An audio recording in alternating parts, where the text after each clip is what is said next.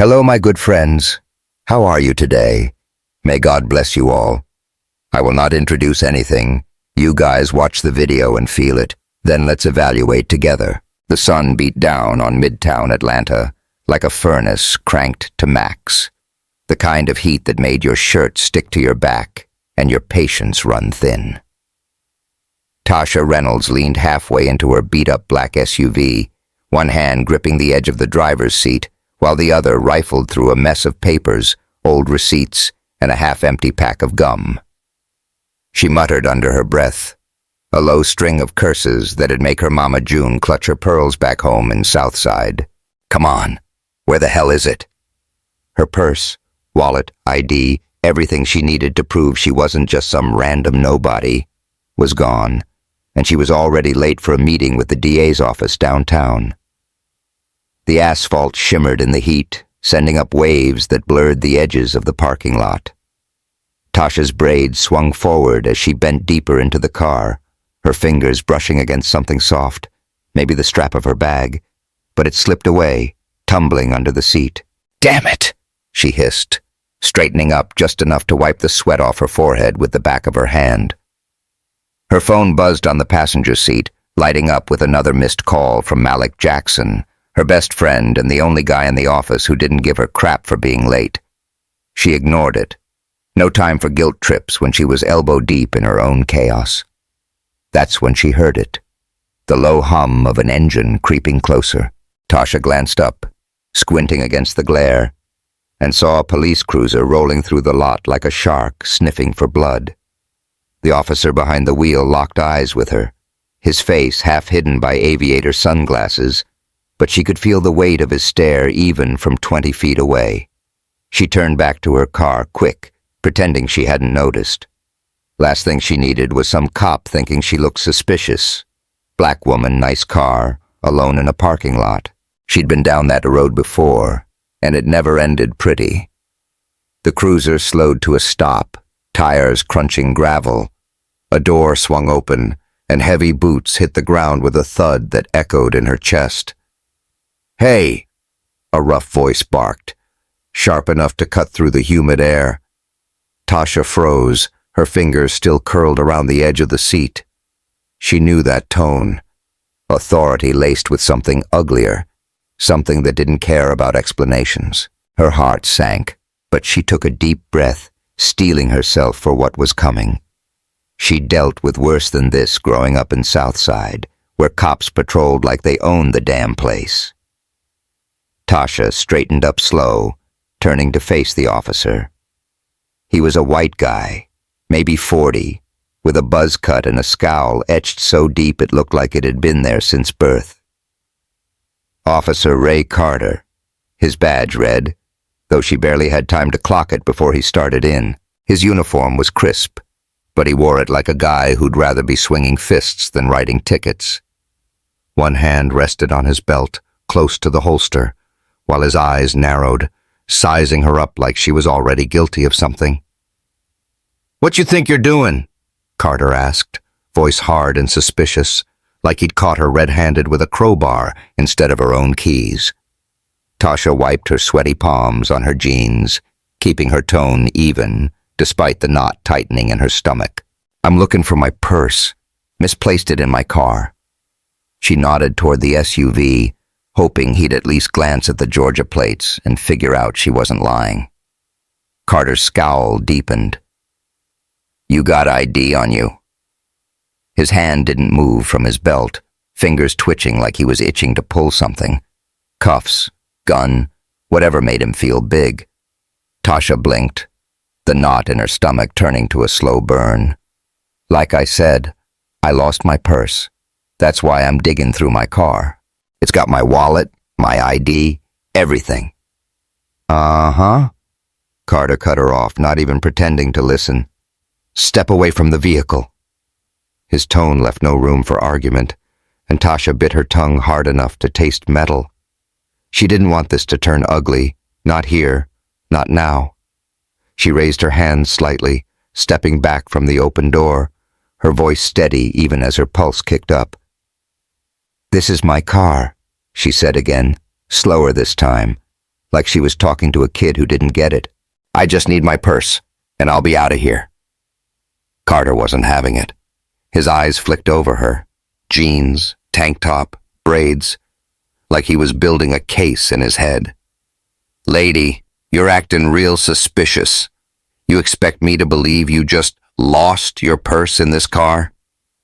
He jerked his chin toward the SUV, like it was some fancy ride she couldn't possibly own. "Hands where I can see 'em." Tasha's jaw tightened, but she kept her hands up, palms out. She knew this dance, had known it since she was a teenager getting stopped for looking out of place in her own neighborhood. She wasn't scared, not exactly, but she wasn't naive either. Guys like Carter didn't need a reason to escalate, and she wasn't about to give him one. That's when she heard the purr of another engine, smoother and richer than the cruiser's rumble. A sleek black Bentley rolled into the lot, tires whispering against the pavement like money talking. The driver's window slid down, and Tasha's stomach dropped a second time. Nathan Brooks, millionaire real estate hotshot, Emory Law alum, and the guy who'd spent 3 years in school looking down his nose at her, stared out from behind tinted shades. His blonde hair was slicked back, his tailored suit screaming wealth, and that same old smirk played on his lips like he'd just walked into a private joke. Their eyes locked for a split second, and Tasha saw the recognition hit him. She hadn't seen Nathan since graduation, when he'd breezed off to build his empire while she clawed her way up from Southside to the DA's office. Back then, he'd been the golden boy who thought she didn't belong. Too loud, too black, too broke to fit his world. He'd never said it outright, but the way he'd ignored her in study groups, the little digs about her scholarship hustle, said it all. Nathan leaned out the window, resting an elbow on the frame like he was settling in for a show. "Well, damn," he drawled, voice smooth as bourbon. "Always knew you'd end up on the wrong side of the law, Reynolds. What'd you do, boost this ride?" Tasha's blood boiled, but she kept her face stone cold, refusing to give him the satisfaction. "Good to see you too, Nathan. Still an asshole, huh?" He chuckled, low and lazy, like he didn't have a care in the world. "Good luck talking your way out of this one, Tasha. You're gonna need it." The Bentley's engine purred louder as he shifted gears, ready to peel out and leave her to her fate. Carter, meanwhile, had already pulled his cuffs from his belt, the metal glinting in the sunlight. "Enough chit-chat," he snapped, stepping toward her. "You're under arrest for suspicion of vehicle theft." Tasha's eyes widened, disbelief hitting her like a punch. "Wait, what? I told you this is my car!" But Carter wasn't listening. He grabbed her arm, rougher than he needed to, and snapped the cuffs around her wrists. The cold steel bit into her skin, and she felt a surge of anger mixed with something heavier, humiliation maybe, or just plain exhaustion. She cast one last look at her SUV, the open door mocking her, then at Nathan's Bentley as it rolled away, his taillights fading into the heat haze. The back of Carter's cruiser smelled like stale coffee and cigarette smoke, the vinyl seat sticking to her thighs as he slammed the door shut. Tasha leaned her head back, closing her eyes for a second to steady herself. This wasn't how her day was supposed to go, not by a long shot. She'd spent her whole life fighting against assumptions like this, proving she belonged in rooms where people like Carter and Nathan never thought she'd make it. And now here she was, cuffed like some petty thief, all because she couldn't find her damn purse. Through the window, she saw Carter circling her SUV, peering inside with his flashlight like he was hunting for evidence, even though the sun was still blazing overhead. His boots scuffed the gravel, and she could hear him muttering to himself, probably already writing the report in his head. Black female, mid-30s, no ID, caught breaking into vehicle. She clenched her fists behind her back, the cuffs digging deeper, and forced herself to breathe. This wasn't over. She'd get out of this, and Carter would eat his words. She'd make damn sure of it. The parking lot wasn't empty, not entirely. A couple folks had wandered by earlier, heads turning as they saw her hauled off, But nobody stopped. Nobody asked. Just tight-lipped stares and quick steps, like they didn't want to get tangled up in whatever this was. Tasha wasn't surprised. Atlanta might have been her city, but she knew how it worked. People saw what they wanted to see, and a black woman in cuffs didn't scream innocent to most. Carter climbed back into the driver's seat, tossing his flashlight onto the dash with a clatter. "Still no ID," he said, his voice dripping with disdain as he glanced at her in the rearview mirror. "You expect me to believe you're just some law-abiding citizen who lost her purse? Come on, lady, I've heard that one before." Tasha met his gaze in the mirror, her voice low and clipped. "I told you it's in my car. If you'd let me get it, this'd be over. I'm a state attorney, for God's sake." Carter let out a short, barking laugh, like she'd just told him she was the Queen of Georgia. "State attorney, huh? Yeah, right. People like you don't get jobs like that. Stop lying and maybe this'll go easier for you." Tasha's jaw tightened, her nails digging into her palms. "People like me?" she repeated, slow and deliberate, daring him to say it outright. He didn't, just leaned back with a sneer, letting the silence do the talking. She'd heard that line 1,000 times, in 1,000 different ways, from cops, classmates, even professors who didn't think a girl from Southside could cut it at Emory. And Nathan Brooks, with his smug little jabs, had been one of them. The cruiser lurched forward, pulling out of the lot, and Tasha stared out the window as Midtown blurred past. High-rises, coffee shops, folks sipping iced lattes like nothing was wrong. She thought about Nathan's face, that smirk she'd wanted to slap off him back in school, and now here he was, still looking at her like she was less than nothing. She didn't know what stung worse, Carter's cuffs or Nathan's laugh. Either way, she wasn't letting it stand. She'd fought too hard, climbed too far, to let some racist cop and a rich prick from her past take her down. The precinct wasn't far, just a few blocks down Peachtree Street, but every second in that back seat felt like an hour. Carter kept shooting her looks in the mirror, like he was waiting for her to crack, but Tasha kept her chin up, her mind racing. She'd call Malik as soon as they let her. She knew her rights, even if Carter didn't give a damn. This wasn't over, not by a long shot. And Nathan? She'd deal with him too, one way or another. Life had a funny way of bringing folks back around, and she had a feeling this wasn't the last she'd see of him. The cruiser pulled into the precinct lot, and Carter yanked the door open, gesturing for her to get out.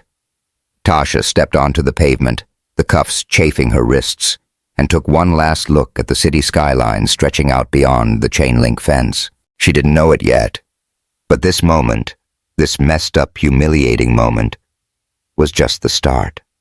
A start that'd drag her and Nathan Brooks through hell and back, from enemies to something neither of them could have seen coming. "Hey, y'all," she imagined saying to an invisible crowd, her voice steady despite the chaos. "If this hit you in the feels, smash that subscribe button and drop a comment. How far would you go to prove you're not what they think? Stick around, 'cause this story's just getting started." The air inside the Atlanta precinct was thick with the smell of sweat and cheap disinfectant, the kind of funk that clung to your skin and made you want to hold your breath.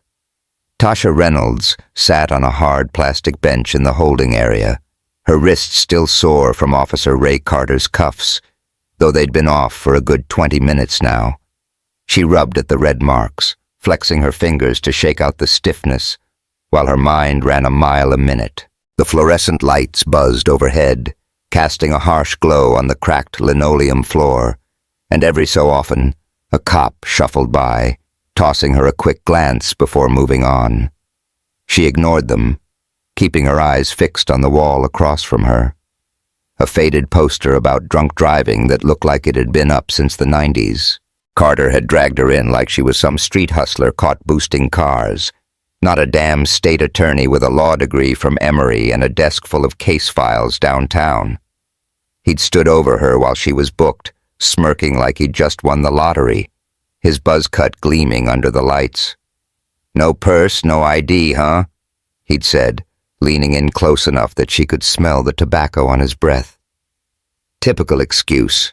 You're not fooling anybody, lady. She'd bitten her tongue then, knowing better than to snap back. Not yet, anyway. She'd learned a long time ago that arguing with a guy like Carter in the heat of the moment was like pouring gas on a fire. Better to wait, let him trip over his own bullshit, and hit him where it hurt later. The precinct wasn't quiet. Phones rang off the hook. Voices barked orders down the hall, and somewhere nearby, a guy was yelling about his rights being violated. Tasha tuned it out, her focus narrowing to one thing: getting the hell out of here. She'd already memorized Carter's badge number, 3921, and she was damn sure gonna use it. She wasn't just some nobody he could toss around. She'd spent years clawing her way up from Southside, past every sideways look and whispered doubt, to sit in rooms where guys like him didn't even get through the door. This wasn't her first run-in with a cop who saw her skin before her story, but it still burned, deep and hot, like a coal she couldn't shake loose. The door to the holding area swung open with a creak, and Malik Jackson stepped through, his lanky frame filling the doorway. He was in his usual getup, crisp white shirt, tie loosened just enough to say he'd been running around all day, and a pair of glasses perched on his nose that made him look more professor than lawyer. His dark eyes found her instantly, and a grin broke across his face, half relieved, half pissed. "Tasha, what the hell? I've been blowing up your phone for an hour." Tasha stood up, brushing off her jeans like she could shake off the whole damn morning.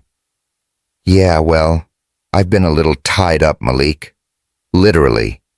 She held up her wrists, showing off the red marks, and his grin faded fast. "Jesus," he muttered, stepping closer to get a better look. "They cuffed you? For what?" "Suspicion of stealing my own damn car," she said, her voice sharp but steady. "Carter didn't even check the plates, just saw me digging around and figured I was up to no good." Malik shook his head, his jaw tightening. "That's some bullshit. You good, though? They didn't—" "I'm fine," she cut him off, not wanting to linger on it. "Just get me out of here before I lose my mind." He nodded, already pulling out his phone. "I've got the paperwork rolling. Gave Chief Evans a heads up. She's pissed, but she'll make it quick. Carter's gonna catch hell for this, you know that, right?" Tasha smirked, a small, bitter thing. "He better. I'm not letting this slide." She followed Malik out of the holding area, past a couple of cops who suddenly found their clipboards real interesting. Chief Laura Evans ran the precinct with an iron fist, but she wasn't exactly known for rocking the boat when it came to her officers. Tasha figured she'd get a slap on the wrist for Carter at best, maybe a write-up, maybe a day off. But she'd push for more. She always did. The ride back to her office downtown was quiet at first, Malik weaving through traffic in his old Honda, while Tasha stared out the window, watching the city blur by. Peachtree Street was alive with the usual chaos. Folks hustling between high-rises, street vendors hawking hot dogs, the occasional MARTA bus rumbling past. She loved Atlanta, always had, but days like this made her wonder if it loved her back. "So," Malik said finally, breaking the silence, "you gonna tell me how you ended up in cuffs? Or am I just supposed to guess?" Tasha sighed, leaning her head against the glass. "Lost my purse in the car.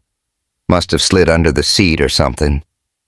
I was late for the DA meeting, digging around, and Carter rolled up like I was breaking in. Didn't even give me a chance to explain. Just went straight for the cuffs." Malik snorted. "Sounds about right. Guy's got a hard-on for busting folks who don't fit his little picture. You tell him who you were?" "Yeah," she said, her voice dry. "Told him I'm a state attorney.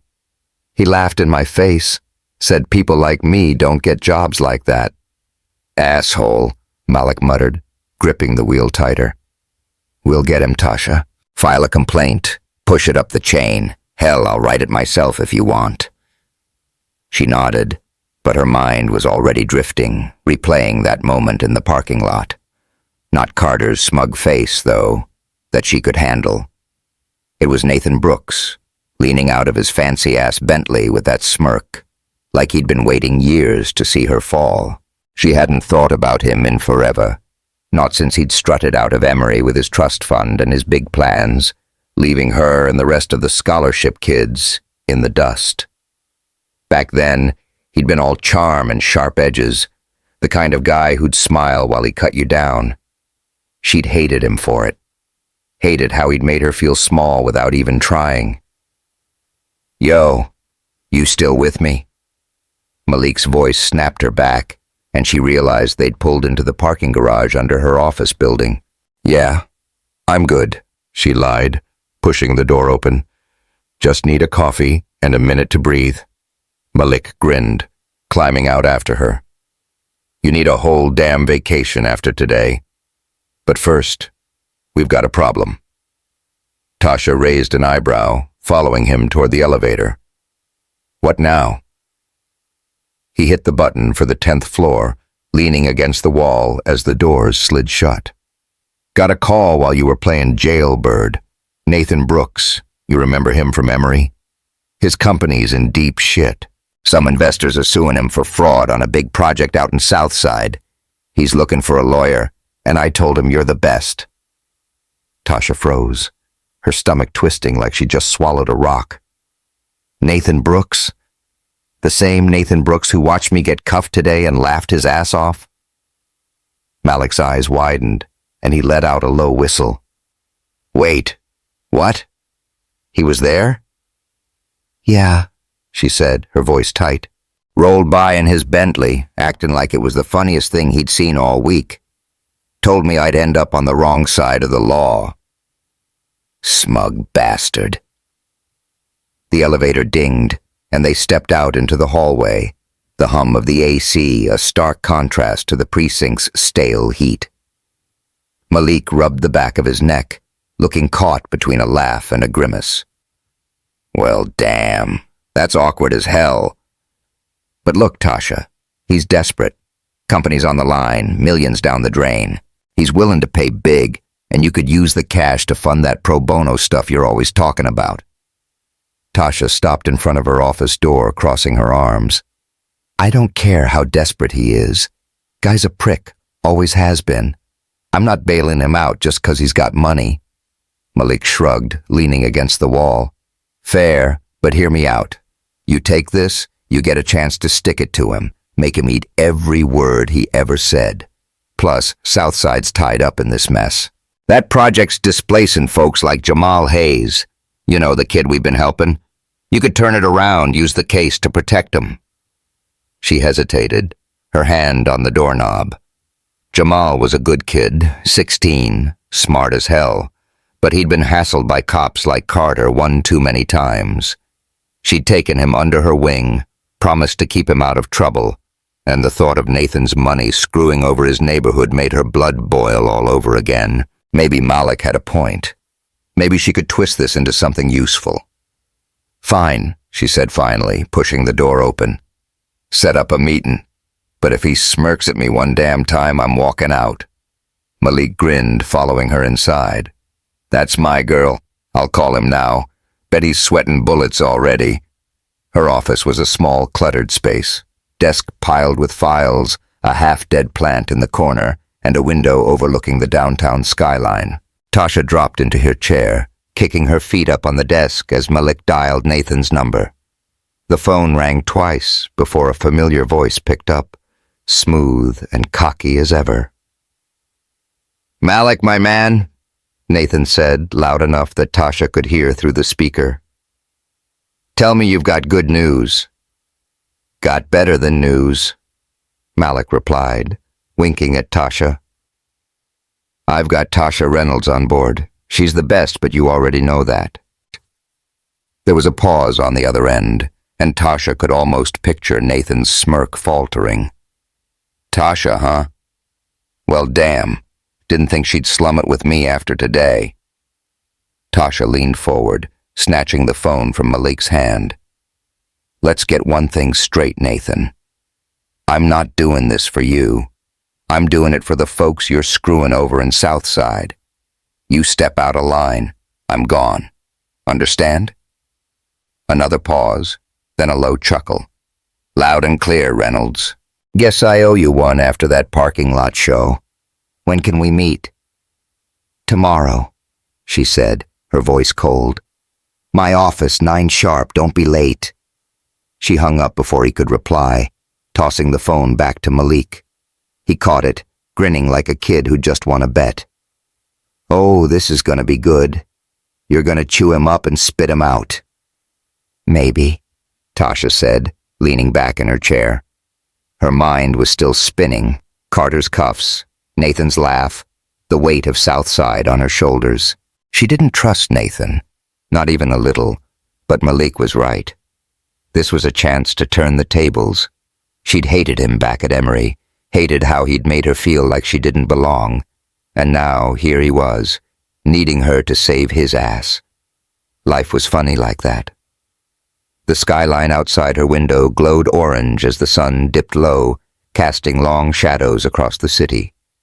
Tasha rubbed her wrists again, the red marks fading but the memories still raw. She didn't know it yet, but this was just the beginning. A storm brewing that'd drag her and Nathan through more than either of them could have guessed. From enemies to allies, maybe more, with a whole lot of hell in between. The courtroom in Fulton County smelled like old wood and older regrets, the kind of place where justice was supposed to live, but often just limped along instead. Tasha Reynolds stood at the defense table, her back straight, her braids pulled tight in a bun that said she meant business. The room buzzed with the low hum of chatter, lawyers shuffling papers, the judge tapping his gavel to quiet the crowd, a couple of reporters scribbling in the back.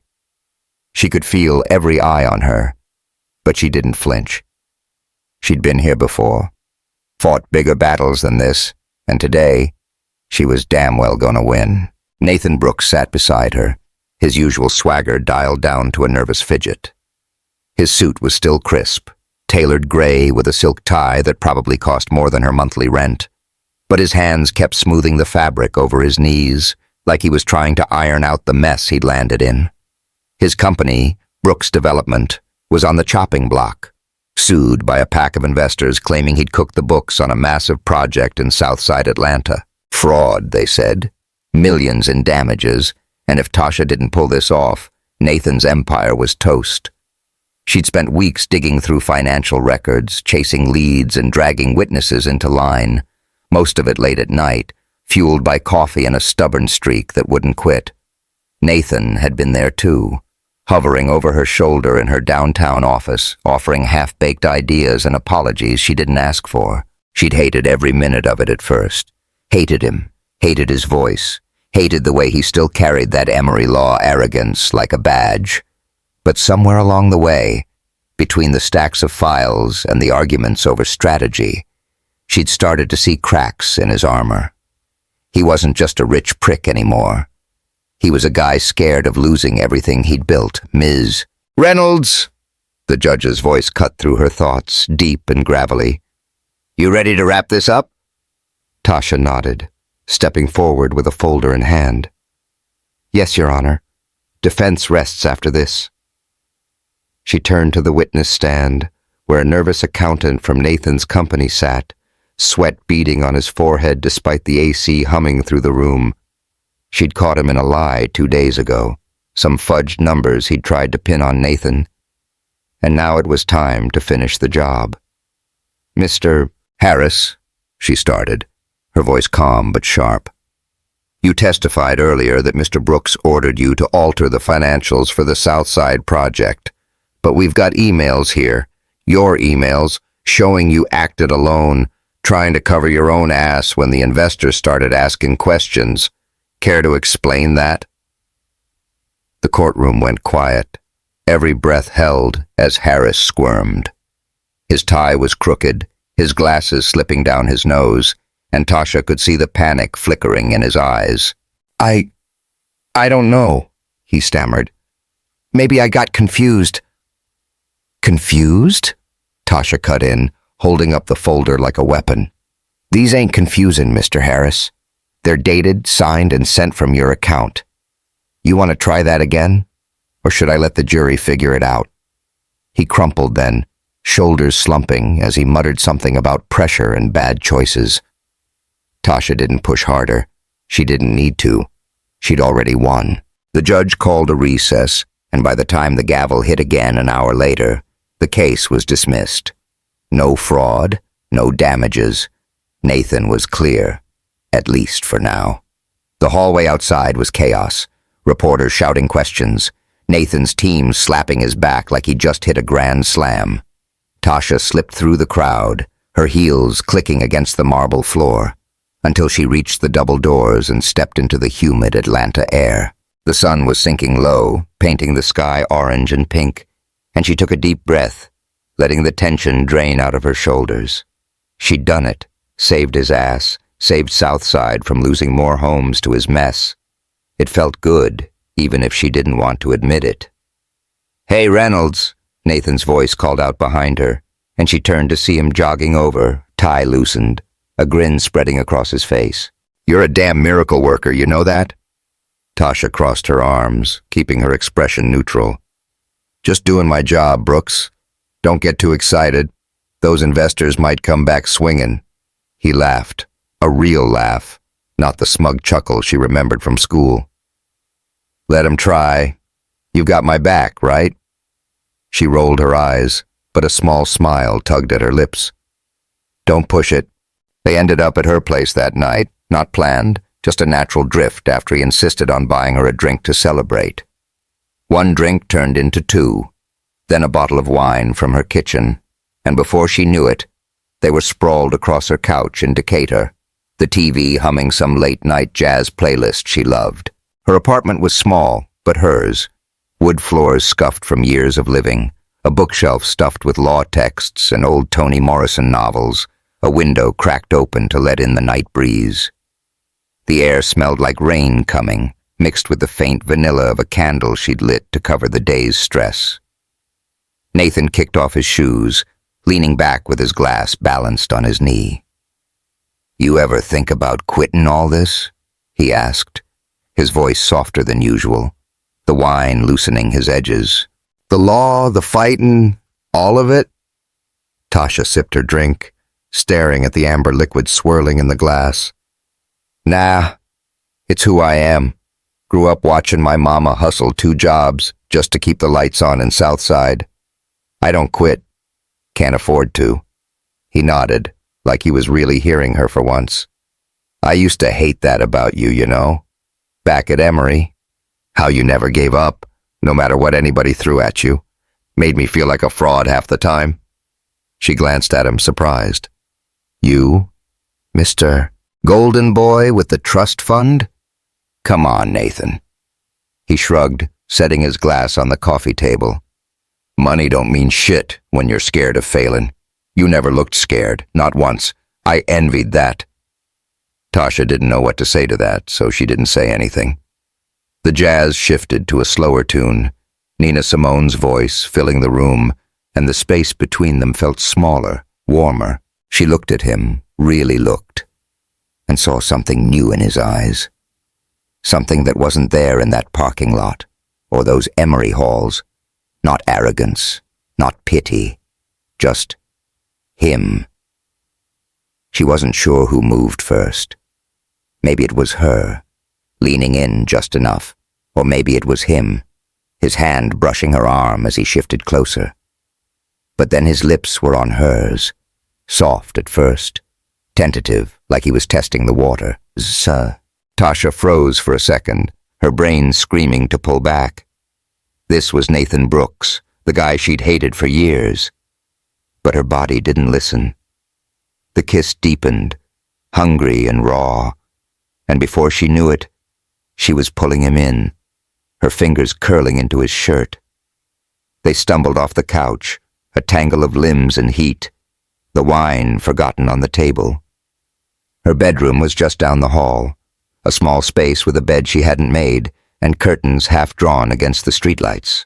Clothes hit the floor, her tank top, his jacket, a trail of fabric marking the way, And then it was just them, skin on skin, the world shrinking to the sound of their breathing and the creak of the mattress.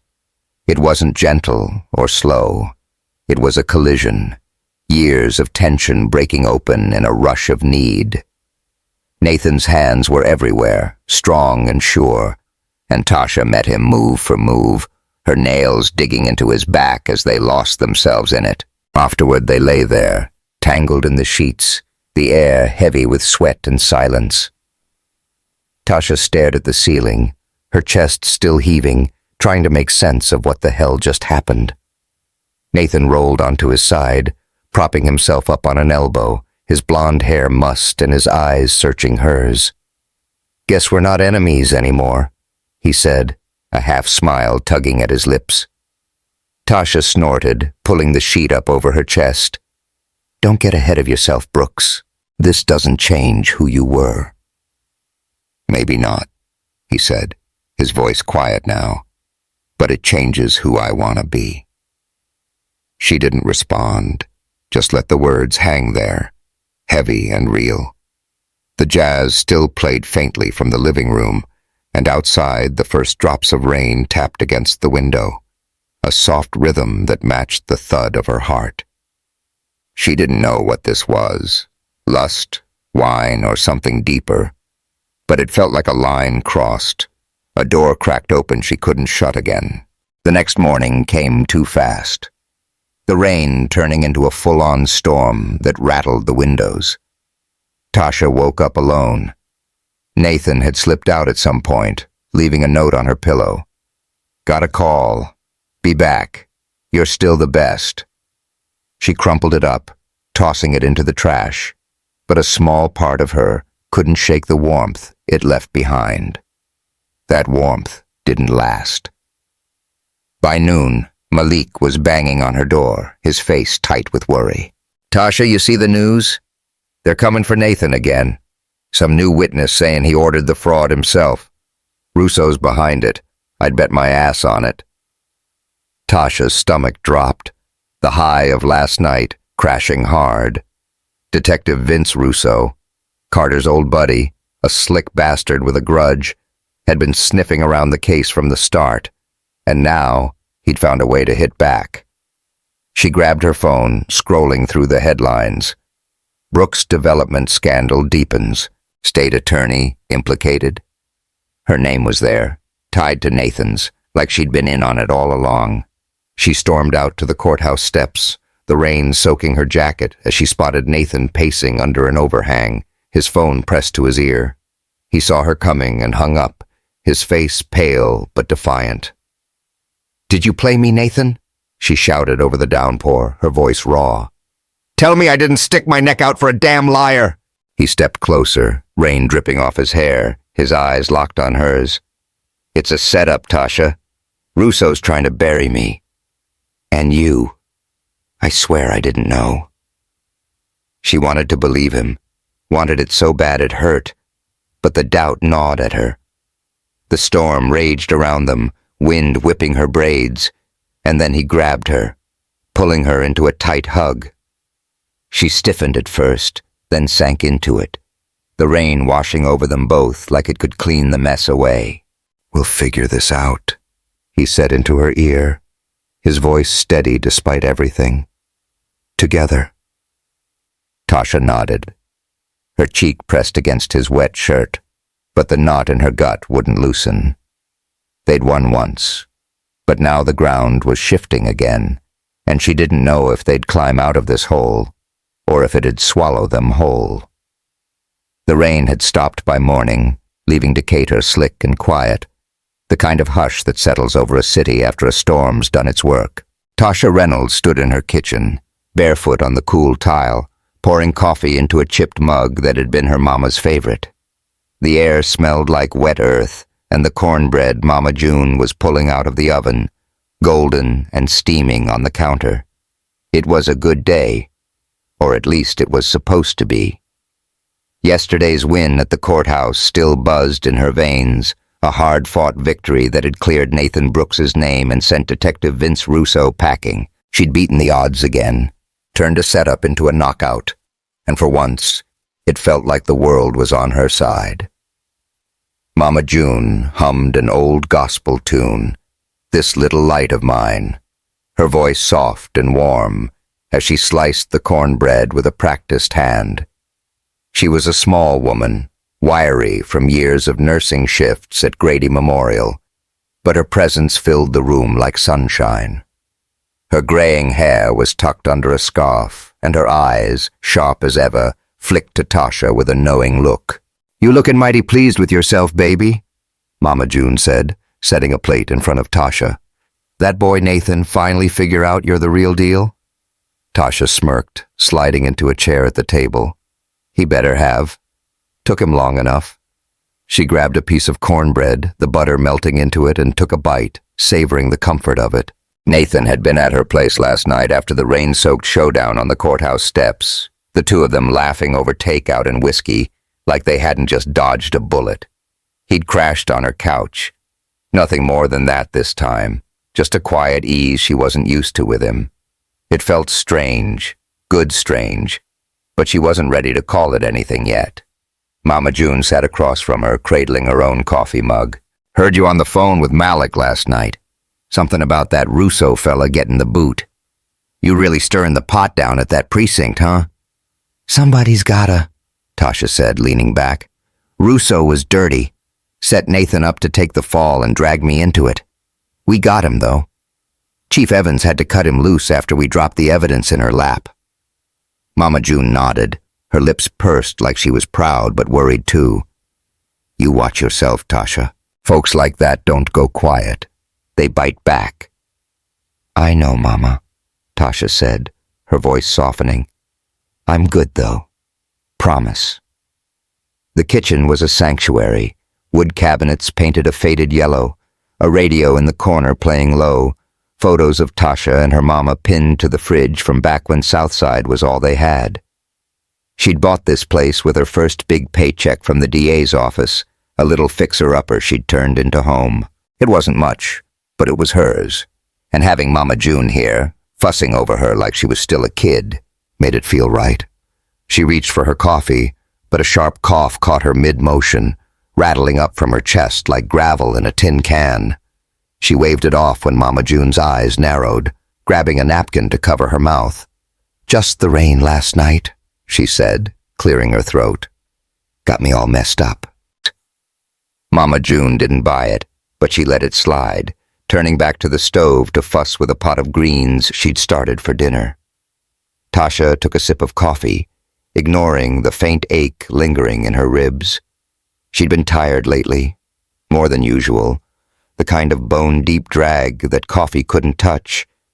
But she'd chalked it up to the case, the stress, the late nights with Nathan breathing down her neck. She'd shake it off, always did. The front door creaked open, and Nathan stepped in, his blonde hair still damp from a shower, his jacket slung over one shoulder. He'd gone back to his place in Buckhead that morning to grab some files, promising to swing by with lunch. "Y'all smell that cornbread from the street?" he called, kicking off his shoes by the door. "Mama June, you're killing me over here."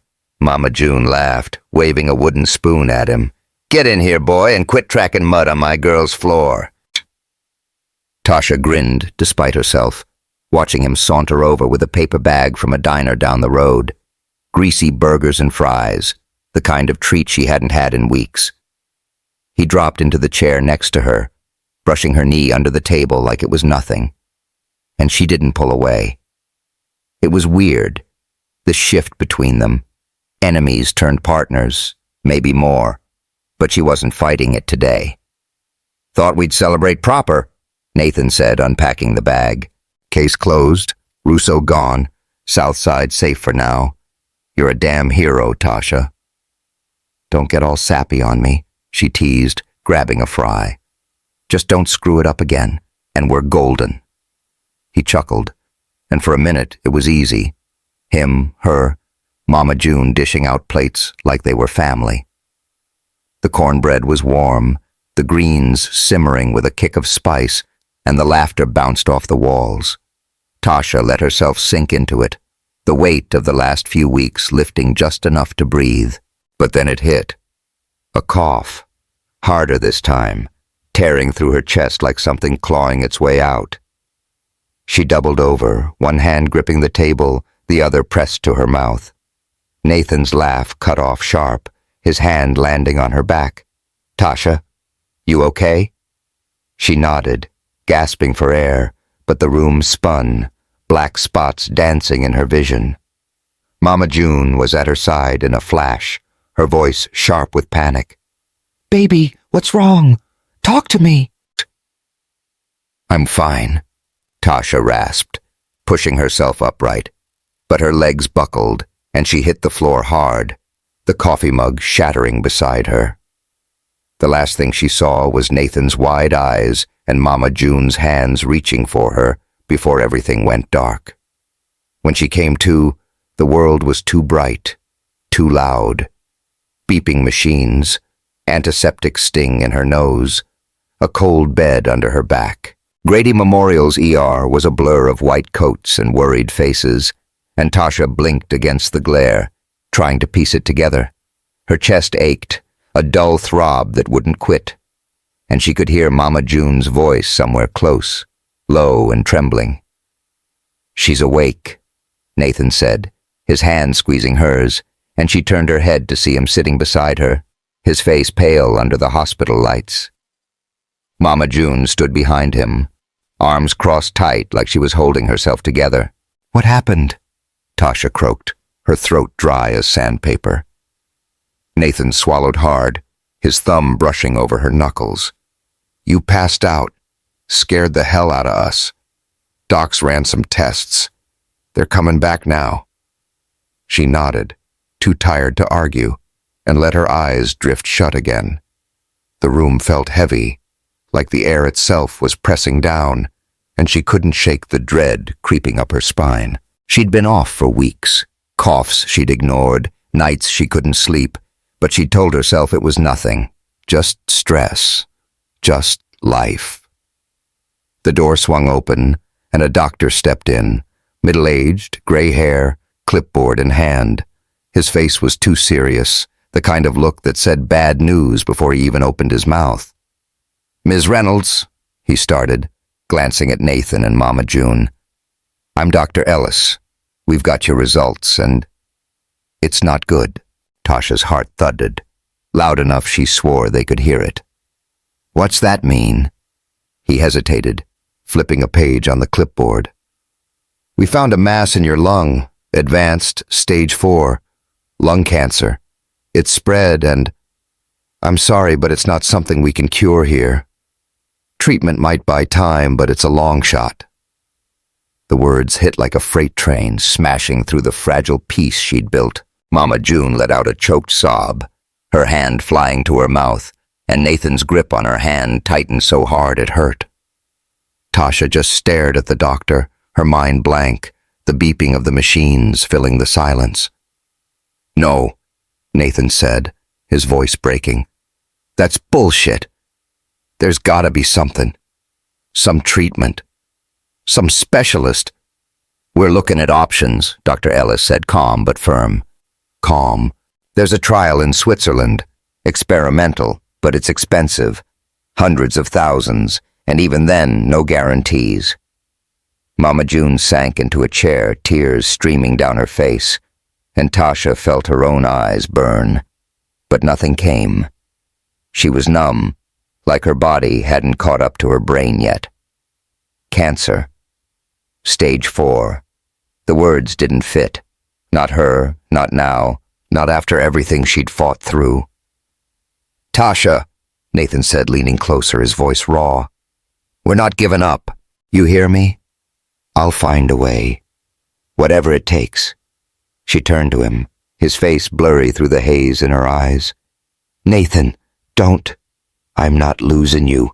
He cut her off, fierce and desperate. "We just got through one fight. We'll get through this too." Mama June reached for her other hand, squeezing tight. "He's right, baby. You're a fighter. Always have been. We ain't letting this take you without a damn war."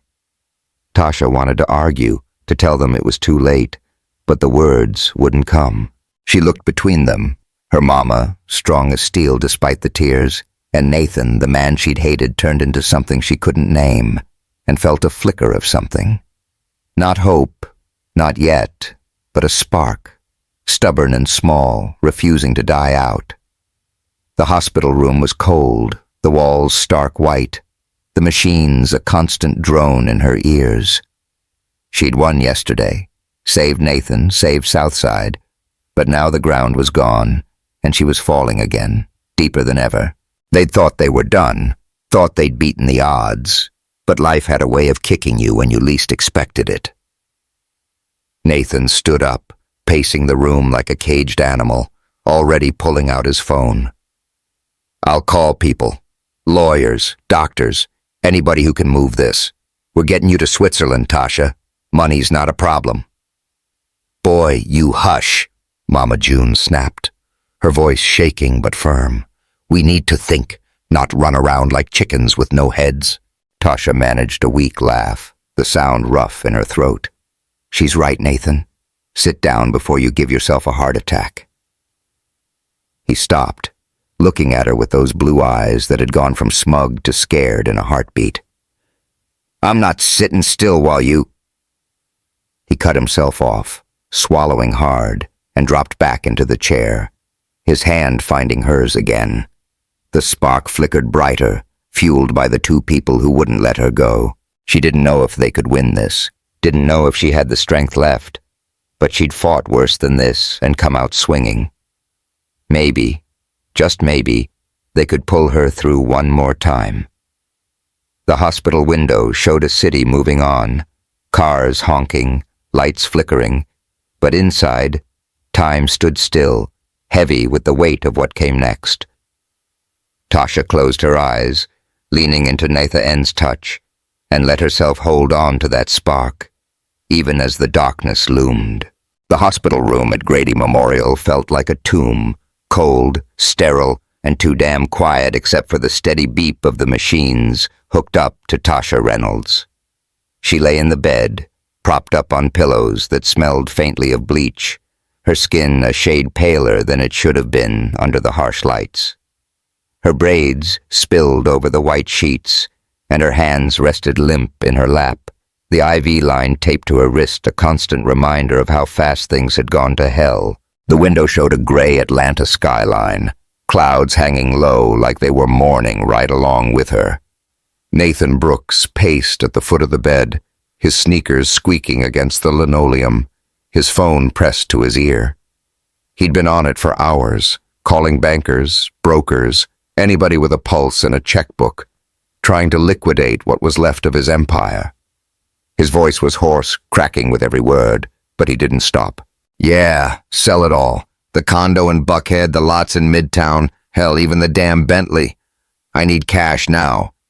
He hung up, tossing the phone onto a chair, and ran a hand through his blonde hair, tugging hard like he could pull the answers out of his skull.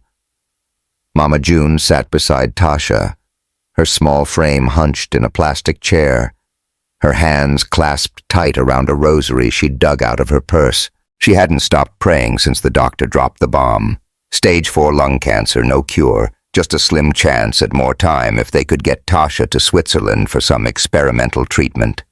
Her lips moved silently, beads clicking between her fingers, and every so often, she'd reach over to squeeze Tasha's hand, like she could will her daughter back to health through sheer stubborn love. Tasha watched them both, her chest tight.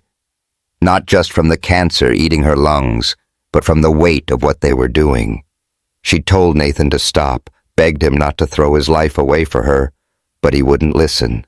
He'd sold everything, his company, his properties, his fancy toys, turning millions into a pile of cash to fund a treatment that might not even work. She hated it, hated how helpless she felt, hated that she couldn't just get up and fight this like she'd fought everything else. "Baby," Mama June said, her voice soft but firm, breaking the silence. "You gotta eat something. That Jell-O's been sitting there all day." Tasha glanced at the tray on the bedside table.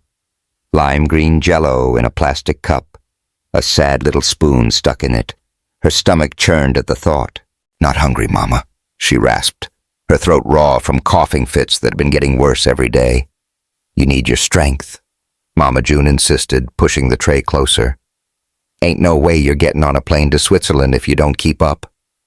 Tasha managed a weak smile, more for her mama's sake than her own. "Plane ain't leaving yet. We've got time." Nathan stopped pacing, turning to her with a look that was half hope, half desperation. "We're close, Tasha. Got the money lined up. Docs in Zurich say they can take you next week. Just gotta hang on till then." She nodded, too tired to argue, but the spark she'd felt yesterday, the one that had kept her going, was flickering out. She'd seen the numbers Dr. Ellis threw out, hundreds of thousands, maybe more, and even with Nathan's fortune, it was a long shot. The treatment was experimental, unproven, and she wasn't dumb enough to believe in miracles just because they had a price tag. The door creaked open, and Malik Jackson stepped in, his tie loose and his glasses fogged from the humidity outside. He carried a stack of files under one arm, his face tight with the kind of news nobody wanted to hear. "Hey, y'all," he said, his voice low, glancing between them. "Got an update." Nathan spun around, his eyes lighting up. "Tell me it's good, man. We need good right now." Malik hesitated, setting the files on the table with a thud that echoed in the room. "It's not. I just got off with the clinic in Switzerland. There's a problem. Some legal snag with the trial, something about FDA approval getting held up. They're pushing it back. Weeks, maybe months." The air sucked out of the room like a vacuum, leaving a silence so thick Tasha could feel it pressing on her chest. Nathan's face went slack, his hands balling into fists at his sides.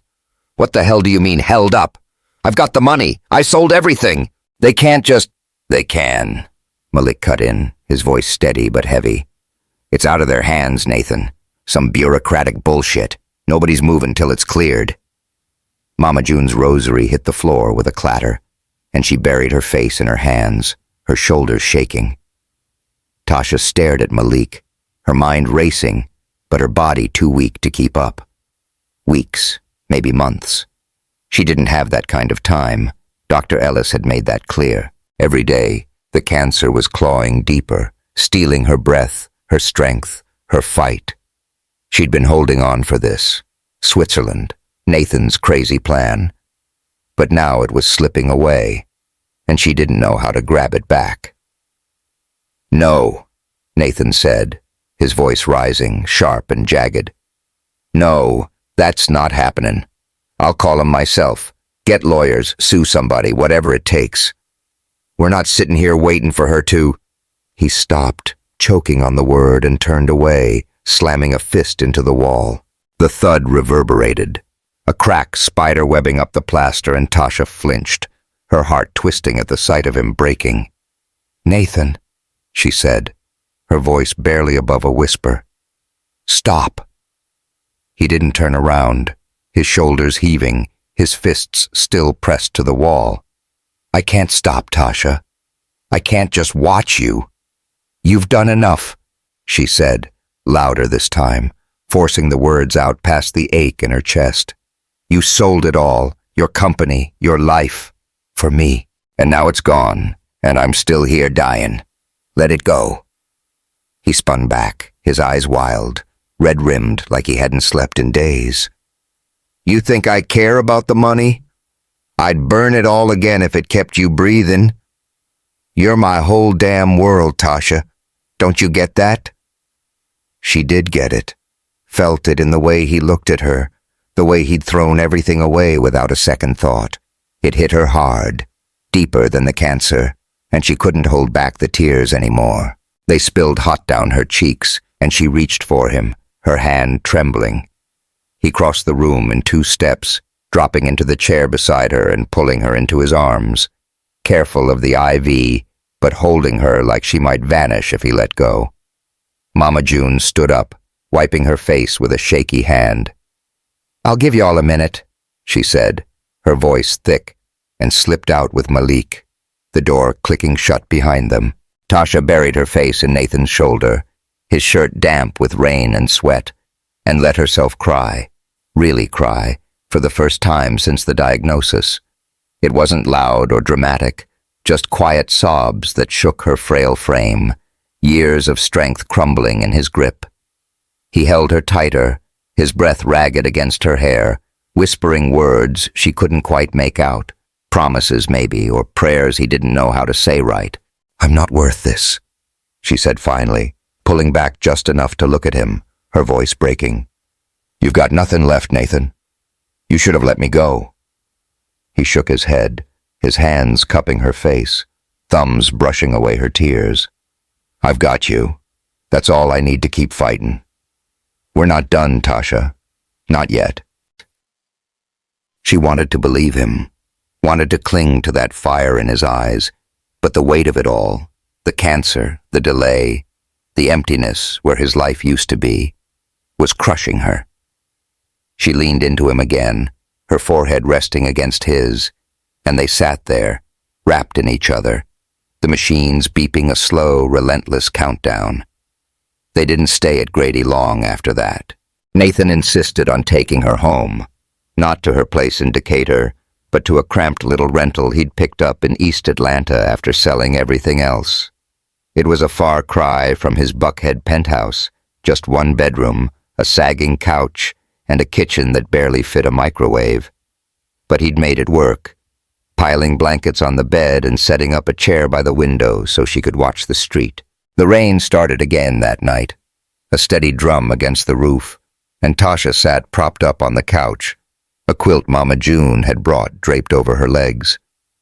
Nathan knelt in front of her, adjusting the oxygen tube under her nose, his hands steady despite the exhaustion etched into his face. "You comfortable?" he asked, his voice low, like he was afraid to break the quiet. "As much as I can be," she said, managing a faint smile. "You don't have to hover, you know. I'm not going anywhere tonight." He didn't laugh, just sat back on his heels, looking at her like she was the only thing left in his world. "I'm not taking chances," he said. "Not after today." The room was dim, lit only by a lamp in the corner, casting long shadows across the peeling paint.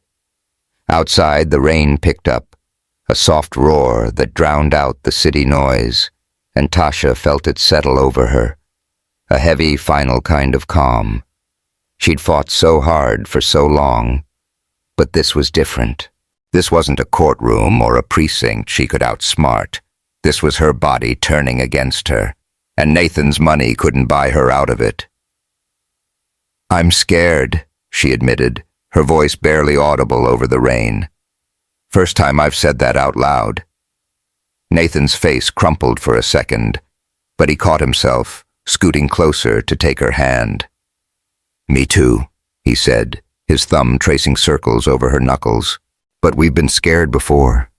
Back in that parking lot, in court, every damn time we thought we'd lose. And we're still here." "Barely," she said, her laugh turning into a cough that made her wince. He grabbed a glass of water from the table, holding it to her lips until she waved him off. "You should have walked away, Nathan. Back then, now, any time. You'd still have something." "I've got you," he repeated, his voice fierce, almost angry. "That's more than any of it ever was." She looked at him, really looked, and saw the man he'd become, not the one she'd hated. The Nathan Brooks who'd smirked at her in cuffs was gone, replaced by this guy who'd torn his life apart to keep her breathing. It wasn't enough to save her. Not yet, maybe not ever. But it was enough to make her hold on, just a little longer. The rain pounded harder, a wall of sound that wrapped them in its rhythm. And Tasha leaned her head back, closing her eyes. Nathan stayed where he was, his hand still in hers, a lifeline in the dark. They were in a hole deeper than any they'd faced. Switzerland slipping away, her body failing, his world reduced to this tiny room. But he wouldn't let go, and she couldn't make him. The hospital room at Emory smelled different from Grady. Cleaner, sharper, Like hope had a scent if you believed in that kind of thing. Tasha Reynolds didn't. Not anymore. But she was still here, still breathing, hooked up to machines that hummed a quieter tune than the ones she'd left behind. The bed was softer, the sheets crisper, and the window let in a sliver of late afternoon light that cut through the sterile gloom. Her chest still ached, a dull throb that never quite went away, but her eyes were open, and that was something. Nathan Brooks sat beside her, slouched in a chair that looked too small for his frame, his blonde hair a mess from days of running his hands through it. He'd barely left her side since they'd moved her here, since Dr. Kim Patel, a wiry woman with sharp eyes and a sharper mind, had walked in with a last-ditch plan. Nathan had tracked her down after the Switzerland trial fell apart, calling in every favor he had left, begging her to take a look at Tasha's case. Patel had come through, found an experimental treatment right here in Atlanta, something new, something untested, but close enough to try. Tasha didn't remember much of the surgery, just flashes of bright lights, cold hands, and Nathan's voice telling her to hold on. She'd been out for days, slipping in and out of a haze, her body fighting a war she couldn't see. But now she was awake, her head clearer than it had been in weeks, and Nathan was staring at her like she'd just risen from the dead. "Hey," she croaked, her voice rough from disuse, and his head snapped up, his blue eyes wide with relief.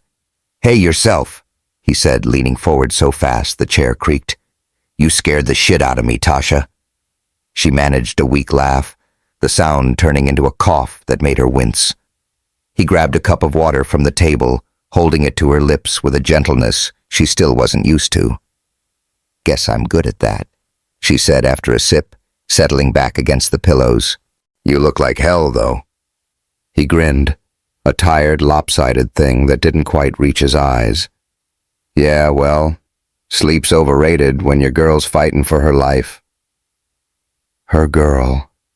The words hung there, soft and heavy, and Tasha didn't know what to do with them.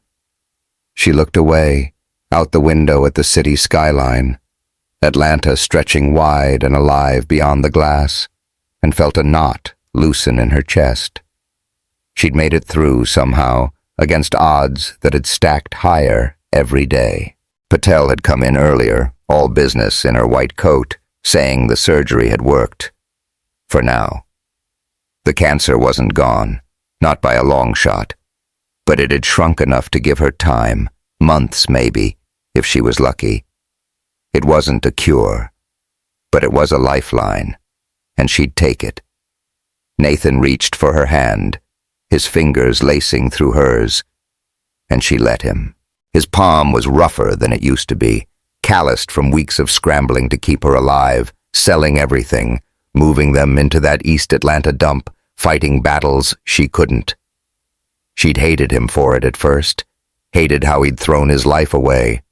But now, sitting here with his hand in hers, she couldn't imagine it any other way.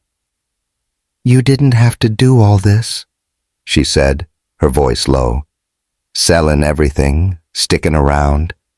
I gave you every out." He shook his head, his grip tightening. "And I told you, Tasha, I'm not going anywhere. You're stuck with me." She smiled, faint but real, and for the first time in weeks, it didn't feel like a lie.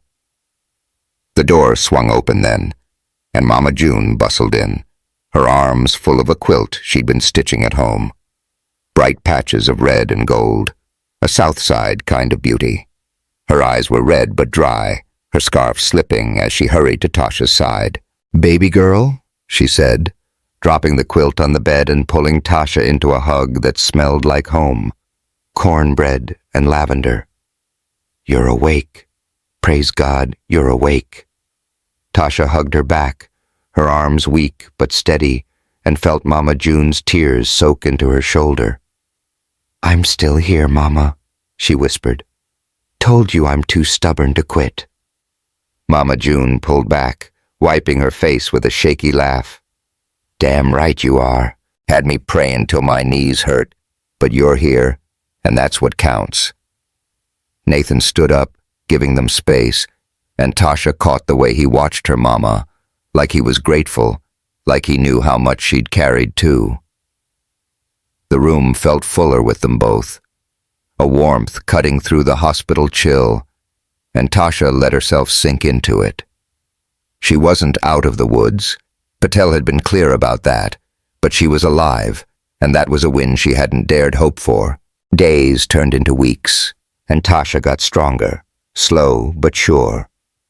They discharged her from Emory with a stack of meds and a warning to take it easy, but she wasn't built for sitting still. She and Nathan moved back to Decatur, her place this time, not his East Atlanta rental, and she started sketching out plans. No more DA's office, not with her health hanging by a thread, but something new. A small law practice, pro bono mostly, helping folks like Jamal Hayes who'd been chewed up by the system. Nathan backed her up, using what was left of his business smarts to get it off the ground, and it felt right, like they were building something together out of the ashes. One afternoon, they took a walk to Piedmont Park, her first real outing since the hospital, the air crisp with fall, leaves crunching under their feet. Tasha leaned on Nathan's arm, her steps slow but steady, an oxygen tank slung over her shoulder in a bag Mama June had sewn. The park was alive, kids running with kites, couples sprawled on blankets, the skyline peeking through the trees like a promise. She stopped by a bench, easing down with a sigh, and Nathan sat beside her, close enough that their shoulders brushed. "Feels good to be out," she said, tipping her head back to catch the sun. "Thought I'd never see this again." Nathan nodded, his hand resting on her knee. "You're tougher than anybody I know, Tasha. Knew you'd make it." She snorted, adjusting the oxygen tube under her nose. "Barely. Still might not, you know. Patel said it could come back any time." "It won't," he said, fierce and fast, like he could will it away. "And if it does, we'll fight it again. Together." She looked at him, his face weathered now, lines etched from stress and sleepless nights, and saw the man he'd become. Not the smug Emory kid, not the millionaire who'd laughed at her in cuffs, but Nathan, raw and real, the guy who'd given up everything to keep her here. She reached for his hand, squeezing it tight, and he squeezed back, a silent vow in the gesture. "We've been through hell and back, huh?" she said, her voice soft, almost lost in the park's hum. "Yeah," he replied, a small smile tugging at his lips, "and we're still standing." They sat there, watching the world move around them, dogs barking, leaves swirling in the breeze, the city pulsing beyond the trees. Tasha felt a peace she hadn't known in months, a quiet that settled deep in her bones. She wasn't cured, wasn't safe, but she was alive. And with Nathan beside her, that was enough for now. A shadow fell across the bench, and Tasha looked up, squinting against the sun. A woman stood there, tall, maybe 30, with skin a shade darker than hers and eyes that cut like glass. She wore a denim jacket over a t-shirt that read, "Justice Now," her hair twisted in tight coils, and there was something familiar about her, though Tasha couldn't place it. "Tasha Reynolds?" the woman asked, her voice low but firm, a faint Atlanta drawl threading through it. "Yeah," Tasha said, sitting up straighter, her hand still in Nathan's. "Who's asking?" The woman stepped closer, her gaze flicking to Nathan before settling back on Tasha. "Name's Lena Carter. I've been following your story. Heard about the precinct mess, the case, all of it. I'm with a group pushing for police reform round here." Tasha raised an eyebrow, intrigued but wary. "Carter? You related to Ray Carter?" Lena's jaw tightened just for a second before she nodded. "He's my daddy. Ain't proud of it, but yeah."